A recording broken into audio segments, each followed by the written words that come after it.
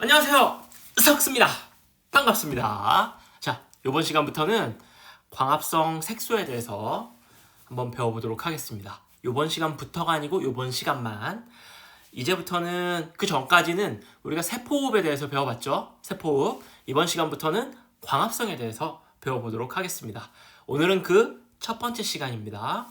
자, 일단 광합성 색소에 대해서 우리가 알아볼 텐데, 여러분은 이미 들어본 것들이 있을 겁니다. 엽록소 들어본 적 있죠? 엽록체, 우리는 이건 앞부분에서 했고요. 엽록체라고 하는 거는 요래 생겼습니다. 이렇게 이중막이고요. 이렇게 이중막이고, 그 다음에 이 안쪽에 이렇게 틸라코이드라고 불리우는 동전 모양의 구조가 이렇게 쌓여있는, 이와 같은 구조물이 이렇게 생긴 이 전체가 이제 엽록체, 이런 거 있는데, 이 엽록체 안에 색깔을 띠는 여러 가지 물질이 존재를 합니다.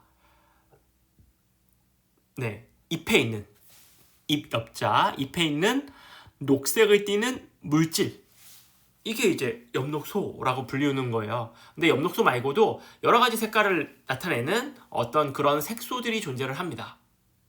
어디에? 여기에. 요 틸라코이드 막에 여러 가지 색깔을 내는 다양한 물질들이 존재를 하는데, 이러한 것들이 뭐냐, 왜 필요하냐, 이런 얘기부터 한번 해보도록 할게요. 광합성이라고 하는 거는 여러분도 이미 잘 알고 있을 겁니다. 광합성이 뭐냐면, 그죠? 이산화탄소와 물을 가지고 빛을 이용해서 포도당을 만드는 것, 이게 광합성입니다. 그렇죠? 이게 광합성입니다. 근데 중요한 건 빛을 이용해야 됩니다. 빛. 태양에 저기 하늘에 떠 있는 저 빛을 직접적인 에너지원으로 이용할 수 있는 방법은 없어요. 네, 그래서 저기에 있는 빛을 이용해서 생물체가 쓸 수 있는 형태의 에너지원으로 바꿔주는 과정이 필요합니다. 어떻게 해요? 바꿔주는 과정이 필요해요. 네. 빛을 바로 이용할 수가 없어요. 그럼 어떻게 해야 되냐면, 저기 저 태양에서 오는 빛을 흡수해서, 그죠? 흡수해서 그걸, 그 흡수한 에너지를 이용해서 우리가 쓸 수 있는 형태, 생물이 쓸 수 있는 형태인 뭐 ATP라든가 이런 형태의 에너지원으로 바꿔줘야 됩니다. 그러려면 제일 먼저 뭘 해야 되냐면 빛을 흡수해야 돼요. 빛을 흡수해야 됩니다. 예. 흡수하는 물질이 뭐냐? 그게 바로 색소입니다. 근데 색소가 왜 빛을 흡수하냐? 이 얘기를 한번 해볼게요. 자, 요거 무슨 색입니까? 예, 녹색이죠. 그죠? 이게 왜 녹색이냐? 녹색깔만 반사하니까 녹색입니다. 그렇죠? 여러분 눈에 이게 녹색으로 보이는 이유는 녹색깔만 반사하니까요. 모든 빛을 다 흡수하면 검은색이고, 모든 빛을 다 반사하면 환한 빛의 색입니다. 그죠? 흰색만 반사하면 흰색이 되는 거고, 그 다음에 이게 녹색만 반사한다는 얘기는 녹색의 보색 계열은 다 흡수한다는 얘기예요. 그죠? 그러니까 어떤 색깔을 나타낸다는 게 무슨 의미냐면, 그 색을 반사하고 그 색 나머지 색깔들을 흡수할 수 있다는 얘기입니다. 그래서 색소라고 하는 것, 즉 색깔을 띈다라고 하는 거는 빛을 흡수할 수 있는 능력을 가지고 있는 물질이라는 얘기입니다. 이해되겠죠? 되겠습니까? 네. 이게 이 빨간색, 이게 무슨 의미냐? 빨간색은 반사하고 나머지 색깔은 흡수할 수 있기 때문에 빨간색으로 보이는 겁니다. 그죠? 이런 의미예요. 그래서 광합성에 관여하는, 그죠? 광합성에 관여하는 빛을 흡수할 수 있는 물질이 뭐냐? 그게 광합성 색소입니다. 그럼 광합성 색소에 어떤 것들이 있냐? 보면, 여기 보면 엽록소 A, 엽록소 B, 카로티노이드. 네. 카로티노이드를 좀 더 세분화하면 카로틴과 잔토필이라는 물질로 나눌 수가 있습니다. 되겠죠? 근데 식물이 그냥 하나만, 그죠? 귀찮게, 우리가 뭐 공부하기 귀찮은데 뭐 이렇게 또 여러 개냐, 그냥 엽록소 A만 갖고 있으면 되지, 그럴 수 있는데, 이거 보시면 요 그림이 뭐냐면 흡수 스펙트럼이라고 부릅니다. 써드릴까요? 네. 흡수 스펙트럼. 이게 무슨 얘기야? 어떤 파장의 빛을 가장 잘 흡수하는가입니다. 태양은 저기서 올 때 여러 파장을 한꺼번에 보내요. 그죠? 여기 400부터 700까지가 우리가 눈으로 인지할 수 있는 가시광선 영역인데 이 400, 401, 402, 403 이걸 한꺼번에 싹 보냅니다. 그러면 그 중에 모든 파장의 빛을 한꺼번에 흡수할 수가 없기 때문에 잘 흡수하는 파장이 있고 그렇지 않은 파장들이 존재를 합니다. 그래서 하나의 색소만 있을 때는 이 엽록소 A만 있다. 그러면 요 파장대를 제일 잘 흡수하는 겁니다. 그리고 요 파장대. 근데 흡수하지 못하는 파장이 굉장히 많아요. 그러니까 빛을 효율적으로 사용을 하려면 좀 더 다양한 파장의 빛을 잘 흡수할 수 있는 몇몇 가지 효소들이 세트를 이루면 훨씬 더 도움이 된다. 그 말이죠. 그죠? 이제 일반 생물학으로 가면 카로티노이드 같은 것들이 하는 어떤 광기작으로부터 광보호 기능 이런 것들을 설명할 수 있는데 그런 건 이제 일반 생물학 과정에서 제가 다시 설명을 드리고 지금은 이렇게 이해하시면 됩니다. 여러 파장의 빛이 한꺼번에 온다. 근데 나 혼자 있으면 내가 받을 수 있는 파장은 요만큼밖에 없어요. 요만큼. 그럼 요만큼만 이용하는 거야. 아깝잖아요. 계속 쏟아지는데. 다른 예를 들어볼까요? 공을 100개를 막 던져요. 빨주노초 파남보 색깔 다른 공을 막 던져. 근데 예를 들어서 나는 파란색 공만 잡을 수 있어. 100개씩 계속 초에 100개씩 계속 던지고 있는데 나는 파란색 공만 계속 잡는 겁니다. 그러면 파란색 공 하나만 잡고 나머지 99개는 내 뒤로 날아가는 거예요. 내가 못 잡으니까. 그러니까 파란색 공 잡을 수 있는 애, 빨간색 공 잡을 수 있는 애, 노란색 공 잡을 수 있는 친구를 같이 세트로 붙여놓는 거야. 그러면 나는 파란색 잡고 얘는 빨간색, 얘는 뭐 빨간색 잡고 얘는 노란색 잡고 이렇게 동시에 잡으면 동시에 세 개의 빛을 다 잡을 수 있잖아요. 물론 그렇지 않고 뒤로 흘러가는 빛도 많지만 혼자 있을 때보다는 훨씬 더 효율이 좋아집니다. 그래서 여러 개의 색소들이 필요하다. 이런 거죠. 그래서 여기 보시면 엽록소 A, 엽록소 B, 카로티노이드가 가장 잘 흡수하는 파장대가 다릅니다. 네, 이 정도는 기억하시면 좋죠. 엽록소 A의 파장대, 엽록소 B의 파장대. 그러면 엽록소 A가 엽록소 B보다 최대 흡수 파장이 좀 더 짧다. 이렇게 기억하시면 좋겠습니다. 이건 뭐냐면 작용 스펙트럼이라고 부릅니다. 작용.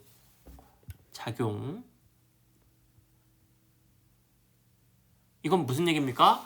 어떤 파장에서 광합성을 제일 잘하는가입니다. 어떤 파장에서 광합성을 제일 잘하는가. 생각을 해보면 빛을 가장 잘 흡수하는 파장에서 제일 광합성을 잘하겠죠. 뭐 당연한 얘기죠. 그렇죠? 그래서 요거를 같이 그려보면 이렇게 생겼습니다. 빛을 가장 잘 흡수하는 요런 파장대에서 광합성이 잘 일어나고, 그 다음에 요 파장대 보세요. 요 녹색 빛깔의 파장대는 색소들이 빛을 흡수하지 않습니다. 그러니까 광합성도 일어나지 않아요. 빛을 흡수하니까, 흡수하지 않으니까 반사돼서 내 눈에 녹색으로 보이는 겁니다. 됐죠? 식물의 이파리가 왜 녹색인지 아시겠죠? 그리고 요런 파장과 요런 파장에서 요쪽 파장에서도 빛을 잘 흡수하기 때문에 광합성이 잘 일어난다. 즉 광합성이 잘 일어날 수 있는 파장대의 빛이 따로 있다는 얘기입니다. 그렇죠? 왜 그러냐면 모든 빛을 다 흡수하지 않기 때문에 가장 잘 흡수하는 그런 빛을 이용할 수밖에 없죠. 그렇죠? 어떤 색깔을 나타내는 물질들, 즉 광합성에 관여하는 색소들이 가장 빛을 잘 흡수하는 그 파장대에서 빛이 잘 흡수가 되니까 그걸 이용해서 뭔가 활동을 하고 그걸 이용해서 광합성의 결과물이 나오기 때문에 빛이 잘 흡수되는 곳에서 광합성도 잘 일어나는 겁니다. 되겠죠? 그리고 엽록소 A의 최대 흡수 파장이 엽록소 B보다 조금 짧다. 순서대로 A, B. 네, 되겠죠? 자, 그러면 요거를 이제 조금 더 볼 수 있는 방법이 있냐? 광합성 색소라는 게 진짜 있긴 있는 거냐? 볼게요. 자, 광합성 색소를 진짜 눈으로 확인할 수 있냐? 한번 이런 실험이 있습니다. 그래서 해볼 수 있어요. 여기 보시면 시금치 잎 가지고 이제 교과서에서는 얘기를 하지만 시금치 아니고도 뭐 다른 거 아무거나 그냥 학교 앞에 보이는 아무 이파리, 그냥 길바닥에 있는 잡초 아무거나 상관없습니다. 잎을 막자 사발에 넣고 잘 으깹니다. 근데 막상 해보면 잘 안 갈립니다. 그러니까 이럴 때는 뭐 자갈 같은 걸 조금 같이 넣고 갈아준다거나 아니면 뭐 믹서기를 쓴다거나 요새 좋은 장비들 많으니까 하여튼 으깨봅니다. 으깨고 여기에다가 색소 추출액, 요 광합성 색소를 뽑아내야죠. 근데 광합성 색소가 수용성 물질은 아닙니다. 생각을 해보면 수용성 물질이면 큰일 나요. 비 오면 광합성을 해야 되는 그 빛을 받는 물질이 빗물에 녹아서 다 흘러나오는 거야. 말이 안 되죠. 그러니까는 친수성은 아니고 소수성 물질들입니다. 그러니까 유기용매에 잘 녹아요. 그래서 유기용매를 만들어 준 거야. 메탄올과 아세톤을 이렇게 섞어가지고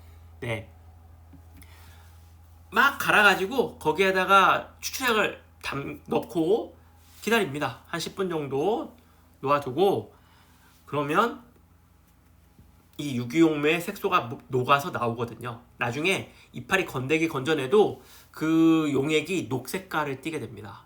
그게 뭔 얘기냐면 그 안에 광합성 색소들이 녹아서 나왔다는 얘기죠. 그리고 요런 액체들은 휘발성이 강하기 때문에 조금 놔두면 액체가 증발하면서 안에 색소가 좀 더 농축됩니다. 자, 그러면 요 크로마토그래피라고 하는데 이거를 이제 이렇게 생긴 기다란 TLC 판이든 아니면 종이든 여기에다가 여기서 색소를 농축시킨 요 용액을 여기다가 찍어주는 겁니다. 이렇게 여기다가 이렇게 묻혀주는 거예요.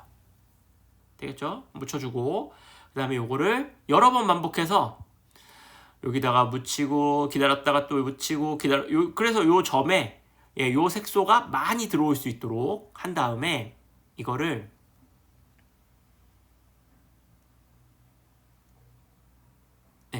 요렇게 물에 담가주는 겁니다. 근데 요 물이 어떤 물이냐면 요 색소를 데리고 올라갈 수 있는 그런 물질, 즉 유기용매여야 됩니다. 그래서 요 밑에 넣어주는 액체를 전개액이라고 부르고 전개액은 이것과는 다른 유기용매를 넣어줍니다. 그러면 이 액체가 이렇게 쭉 올라가면서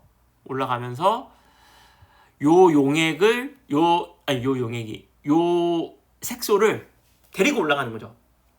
이 용액에 이 색소가 녹아서 용액이 올라갈 때 색소가 같이 딸려오는 겁니다. 근데 이 안에 하나만 있다면 색소가 하나만 있다면 그냥 한 군데에서 요렇게 체크되고 말 겁니다. 뭐가 보이고 말 거야. 근데 실제로 보면 광합성 색소가 여러 개이기 때문에 요렇게 실험을 하면 이런 식으로 몇 개의 색소가 동시에 검출이 됩니다.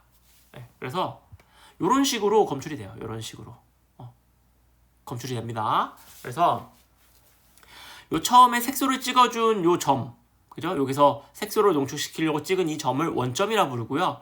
그 다음에 이 전개액이 올라갈 수 있는 최대 높이, 그게 용매 전선이라 부릅니다. 그러면 전개를 시켰을 때 얼마나 전개가 잘 되느냐, 그걸 알아볼 수 있는 게 전개율이에요. 그래서 어떻게 계산하냐면 이 원점부터 이 용액이 올라갈 수 있는 최대 높이 분의 내가 알고자 하는 거, 만약에 엽록소 B의 전개율이 궁금하다 그러면 이 용액이 올라갈 수 있는 최대 높이 분의 이 물질이 올라간 높이, 요렇게 계산하면 됩니다. 만약에 뭐 잔토필의 전개율이 궁금하다 그럼 원점부터 용매전선까지 분의 원점부터 잔토필까지의 거리, 이게 전개율이 됩니다. 카로틴과 잔토필을 합쳐서 카로티노이드라고 불러요. 되겠죠? 그러면 왜 이렇게 전개율에 차이가 생기느냐? 왜 차이가 생기느냐? 보면 이것 때문에 그렇습니다. 광합성 색소가 전개액에 대한 용해도가 달라요. 이 용액과 이 안에 들어있는 다양한 색소들의 용해도, 그러니까 얘가 이 전개액이 이렇게 데리고 올라갈 때 잘 녹는 것하고 잘 안 녹는 것, 이 차이가 있어요. 잘 녹는 게 많이 올라가겠죠. 즉 용해도가 크면 많이 데리고 올라갈 수 있습니다. 그렇죠? 그래서 용해도가 크면 전개율이 커지고요. 크로마토그래피, 이 종이와의 흡착력이 강하면 잘 안 올라가겠죠. 어떤 특정한 물질이 종이와의 흡착력 정도가 달라가지고 달라붙어 버리면 잘 안 올라갑니다. 그래서 흡착력이 작을수록 용해도는 클수록 흡착력은 작을수록 분자량은 작을수록 그래서 요런 물질들 요런 차이들 때문에 전개율에 어떤 차이가 생깁니다. 되겠죠?